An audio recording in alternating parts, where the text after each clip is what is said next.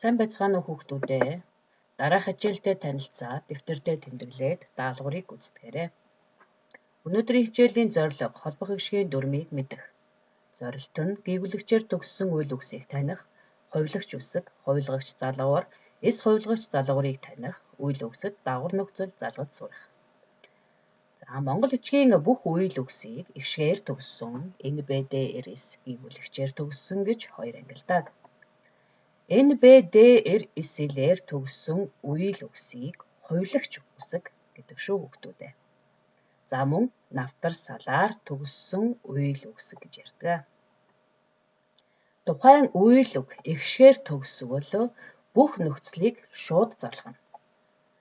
Навтар салаар төгссөн үйл үгэнд жиж бусад хотоор эхэлсэн залгавар залгавал бас шууд залгана. Жиж бусад хот гэдэг нь Ж, Ч, Б, С, Д, Х, Т юм аа. Навтар салаар төгссөн үйл үгэнд ягаан молор эсхий буюу Я, Г, Н, М, Л, Р, С эсхийгээр эхэлсэн залгавар залгавал гэдэс жирэглэнэ. Үүнийг л холбох хишгийн дүрм гинэ. Хүүхдүүдээ дараах хишгээр төгссөн үгсэд нөхцөл залгацгаая. Ирэ, хэл, хар. Үндсний бичигт ирээ, хэлээ, хараа гэж ишгээр төгсгөж бичиж байна. Тэгвэл бүгдээрээ ишгээр төгссөн үйл үгэнд хэрхэн залгуур залгадаг дүрмээ бодож бичээрэй. Бүгдээрээ өөрсдөө шалгацгаая. Ирээбэ, хэлээбэ, харамаар, хармаар. Шууд залгана гэсэн дүрм байгаа тийм ээ. Сайн байна хүүхдүүдээ. Дараах хувилагч үсгээр төгссөн үгэнд нөхцөл залгацгаая. Гар, нэс. Хоёулаа навтар салаар төгссөн үйл үгс байна. Тэгвэл сугай, мэр гэдэг залгуурууд байна тийм ээ.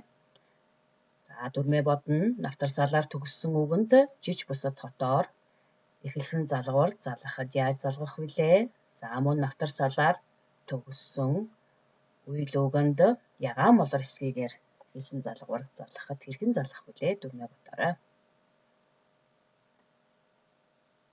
Бүгдээрээ шалгацгаая. Дүрмээ дахин сануулъя.